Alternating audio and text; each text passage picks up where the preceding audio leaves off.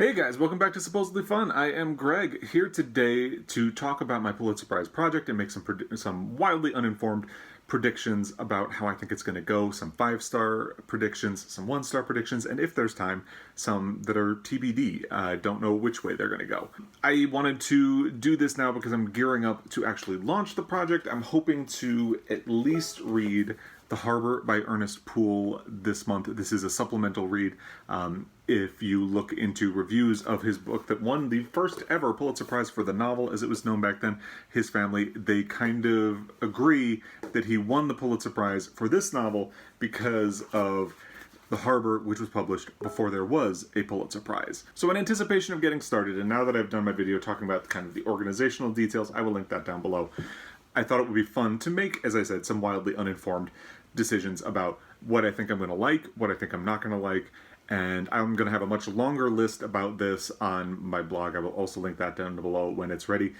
Now, getting into the 5-star predictions, I fully expect that the ones that I've read and already love are going to continue to be favorites of mine. Those are, of course, A Confederacy of Dunces, The Color Purple, Interpreter of Maladies, To Kill a Mockingbird, Angle of Repose, The Stories of John Cheever, and The Age of Innocence. But here are some books that I think will be added to that list. The first one, of course, is Beloved by Toni Morrison. This is a book I've been looking forward to reading for about 20 years now. I've read one of Morrison's lesser-known books, and I really liked it, so I have very high expectations of this one. It is about Seth, who is haunted by the specters both of slavery and of an unnamed baby of hers that she lost and which was buried underneath a tombstone that was marked only with the word Beloved. I cannot wait to read this book. Then we get into The Good Earth by Pearl S. book, which I've talked about a little bit. I don't quite know why I've always had the idea that when I get around to reading this book, I'm going to love it. But I have. And I've heard really good things about it, so I'm very much anticipating this one as well. Now, Pearl S. Buck was the daughter of missionaries, and she grew up in China. She drew on her firsthand observations of life in a Chinese village to craft The Good Earth, which is a deeply sympathetic depiction of a farmer and his wife living in rural China in the early 20th century. Sounds really good. I've heard wonderful things about it. Then there's The Grapes of Wrath by John Steinbeck. I am fascinated by the Dust Bowl. I just think it's a really interesting period in history. My grandmother-in-law survived the Dust Bowl and was old enough to kind of remember it. She lived just on the perimeter of the Dust Bowl. And I managed to sit down with her once and ask her about it, and she told me some stories about her childhood during the Dust Bowl, and honestly, it is one of the best things that has ever happened to me because her stories are so good, and there's really nothing like hearing something firsthand. It's one thing to read it in a book or hear it from somebody who heard it from somebody, but to hear it from her, even though she was a child, it was just really interesting. So anyway, The Grapes of Wrath is very much of that time. It is considered to be a landmark in American literature. It follows the Joad family as they strike out for California after experiencing the devastating effects both of the Dust Bowl and of the Great Depression.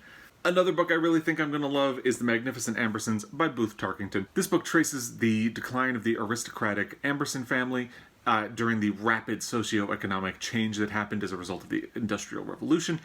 It also contrasts the old guard, represented by the Ambersons, with the new money that was kind of coming up to, in some ways, replace them. And it examines the difference between being things and doing things, which I think is fascinating.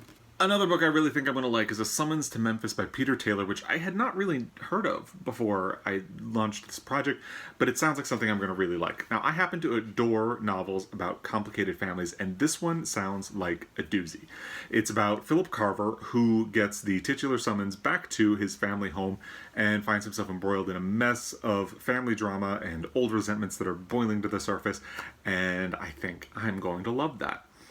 In a similar vein, you have A Death in the Family by James A.G. I think it's pronounced A.G. Now, this is another complicated family novel, and it's also semi-autobiographical, and it was published posthumously. So there are a lot of things that make this sound interesting to me.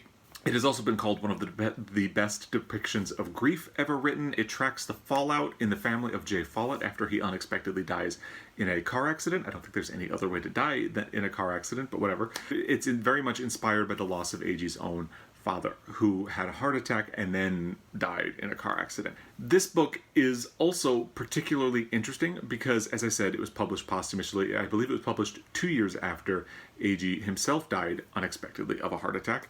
And in fact, there are two versions of this novel. There's the one that was originally published and which won the Pulitzer Prize, and then there is another version which is based on the original manuscripts James A.G. wrote, which is intended to be more representative of what is believed to be A.G.'s own vision of the novel, which adds a whole nother level of fascination to this for me. And finally, in my 5-star predictions, there's The Keepers of the House by Shirley Ann Graude. Now, this novel is a deep dive into the Southern attitudes and hypocrisies around race, covering several generations from the Civil War into, I believe it goes into like the Civil Rights era when this book was published.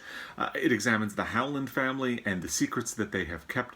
Now, again, complicated family drama? Check. Hard look at race in America? Check. Family secrets? I am in for this book. So those are the ones that I think are going to get a 5-star rating from me. Here are some that I am intrigued by, and when I say intrigued, could be positive, could be negative, depending on the book. Now, a lot of the earliest winners of the Pulitzer Prize for the novel, as it was known then, are unknown to me, so I'm very intrigued by those, particularly because the subject matter of a lot of those early Pulitzer winners can be very similar, and in most cases, the now unknown novels seem to have been eclipsed by a bigger novel that covered similar subject matter. For example, Now in November was eclipsed by The Grapes of Wrath. Lamb in His Bosom was eclipsed by Gone with the Wind. Honey in the Horn was eclipsed by basically the entire works of Willa Cather. I'm very interested in seeing how these stories relate to each other and if the forgotten novels deserve a better place in history. I think that's going to be really intriguing. I'm going to single out one of those unknown to me early winners as something of particular interest, and that is Scarlet Sister Mary by Julia Peterkin. This is particularly intriguing to me because this novel was deemed obscene in the time it was published, but it still managed to win a Pulitzer. It deals with race and religion and class in very complex ways, and I think it will be very interesting to see if it holds up at all or if over time it has become problematic. Whether or not a book is problematic is also going to be interesting when it comes to Andersonville by McKinley Cantor. This book sounds really good to me. Just baseline. It is a look into the deplorable conditions of the titular prisoner of war camp for Union soldiers during the Civil War and the Confederate soldiers who ran it. I'm not going to call it a 5-star prediction because even though I'm really intrigued by the premise of this and it sounds really good, it reminds me of the book War Trash by Ha Jin, which I absolutely love. But I'm not giving it a 5-star prediction because it worries me a bit that descriptions of this book online seem to indicate that it has more sympathy for the Confederate soldiers than the Union soldiers. That could be interesting or that could be insanely problematic. I won't really know until I read it. And then I'm not quite sure about the Mambo Kings Play Songs of Love by Oscar Hijuelos. I was tempted to put this in my 5-star predictions. It's the story of two brothers who immigrate to the United States from Cuba, hoping to realize their dreams of being a musician and just dreams of success. But I also feel like that plot feels very familiar. Maybe it will have a fresh spin on the subject matter. Maybe it will feel tired. To be determined. I'm also intrigued by Lonesome Dove by Larry McMurtry, mostly because this hefty Western novel was one of my grandfather's favorite books. It is a love story, it's an adventure story, and a grand epic about the American frontier. I don't really read Westerns. I was going to say I don't really like Westerns, but the truth is I don't really read them, so I don't quite know. So I don't really know what to expect from Lonesome Dove, but I'm intrigued. And then there's Gone with the Wind by Margaret Mitchell. A lot of people on BookTube love this book, so I'm really intrigued to see if this comes across as problematic or if it comes across as really resonant and meaningful. I'm also really curious to contrast the book with the film adaptation, which in many ways has eclipsed the novel in the realm of pop culture immortality. And then finally, in this category, I do not understand the premise of Pulitzer Prize winning novel Dragon's Teeth. This is part of a sort of adventure series following a character named Lanny Budd. In this installment, Lanny goes to Germany discovers the bad things that the Nazis are up to, fights with Hitler, and it just sounds insane. I don't know if it's supposed to be a clarion call for America to face up to the Nazi menace, especially since Pearl Harbor had already happened by the time this novel was published, so it feels like it would be a little late. I don't know if it just happened to hit a moment of cultural zeitgeist that made it get a lot more celebrated than it would have been otherwise, and I don't know if it was legitimately culturally relevant in a kind of Uncle Tom's Cabin kind of way. We shall see. I'm not optimistic, but we shall see. Now let's get into some books that I am predicting I will not like. Now, if you've watched my channel at all, you already know that John Updike is all over this category. He's probably the foremost candidate for the books I predict I will not like in this category. Now, these are not his 2 books that won Pulitzer Prizes. These are the first 2 books in the series that did win him 2 Pulitzer Prizes.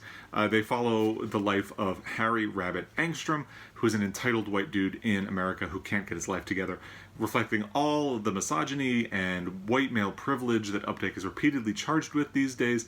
So I'm very skeptical, but I'm going to give it a try. Now, I've only read Ernest Hemingway's short stories before, and they're excellent, even though they do frequently reveal the problematic person Hemingway can be. The Old Man in the Sea just isn't a novel that has ever really interested me, because why would I want to read a novella about a man struggling to prove his virility? How about no? But I'll try it. Going back to Sinclair Lewis, he is known for socially conscious fiction, and Arrowsmith fits that mold to a T. It deals with the bureaucracy of medicine and science by telling the story of a man trying to do good within a system that is stacked against him. But it also sounds very much like a moral argument, thinly disguised as a novel, with the plot presenting a case study for the author to prove a point. And that sounds exhausting to me. And then really quickly, just to wrap this up, I'll talk about some books that I think are the most left field choices to win a Pulitzer Prize. Right off the bat, I think we have to talk about Less by Andrew Sean Greer, which is the most recent left field winner I can think of. Now, on the one hand, I appreciate the audacity of the Pulitzer Board selecting a light comic novel about how a gay man can be shallow, vapid, and self-centered, like so many of the men in literature. But on the other hand, this book probably had no business winning such a prestigious prize, which feels like it makes it canon, even though, like, it's good, it's fine, but should it be part of the canon? I don't know. Then a book that I think is a left field winner in a very good way is The Brief Wondrous Life of Oscar Wilde by Junot Diaz. This just doesn't feel like the type of book that usually wins a Pulitzer. It's about a misfit Dominican kid who loves science fiction and comic books growing up in America, and it's about the history of dictatorship in the Dominican Republic. It has footnotes. It's written by a non-white author. It is dramatic, but it's also comic. And when it won, I remember it felt like a shock. However, it really is a great book. I think it is resonant. I think it has a lot to say. This is one that absolutely deserved to be a left field winner. Then, probably the biggest left field winner of all time would be Tinkers by Paul Harding. Now, this is mostly left field because it was such a small book. I don't think anybody had ever really heard of this book when it won the Pulitzer Prize. The New York Times had declined to review it for the book review and had to issue a review quickly once it won, in which they even said, hey, even we missed this book. There's no denying it was completely left field because it was like the entire publishing community and readers in general had just missed it. And then finally, a left field winner would be Breathing Lessons by Ann Tyler, because who would have expected a novel about an elderly couple fighting with each other nonstop would win a Pulitzer Prize? I am not a fan of this book. I know Ann Tyler had been a finalist for the Pulitzer Prize before for Dinner at the Homesick Restaurant, and I believe for one other book that is escaping me right now. There's no denying her name was in the conversation before, but was this really the book to win a Pulitzer? I don't know. And again, I will have a longer list of some other categories, like some authors that I think may have gotten a consolation prize, a list of the books that won a Pulitzer that I had never heard of on my blog. I will link that down below when it is ready.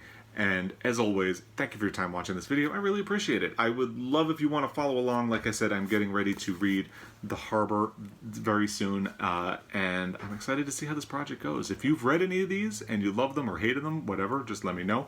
I'll be back again. Until then, happy reading.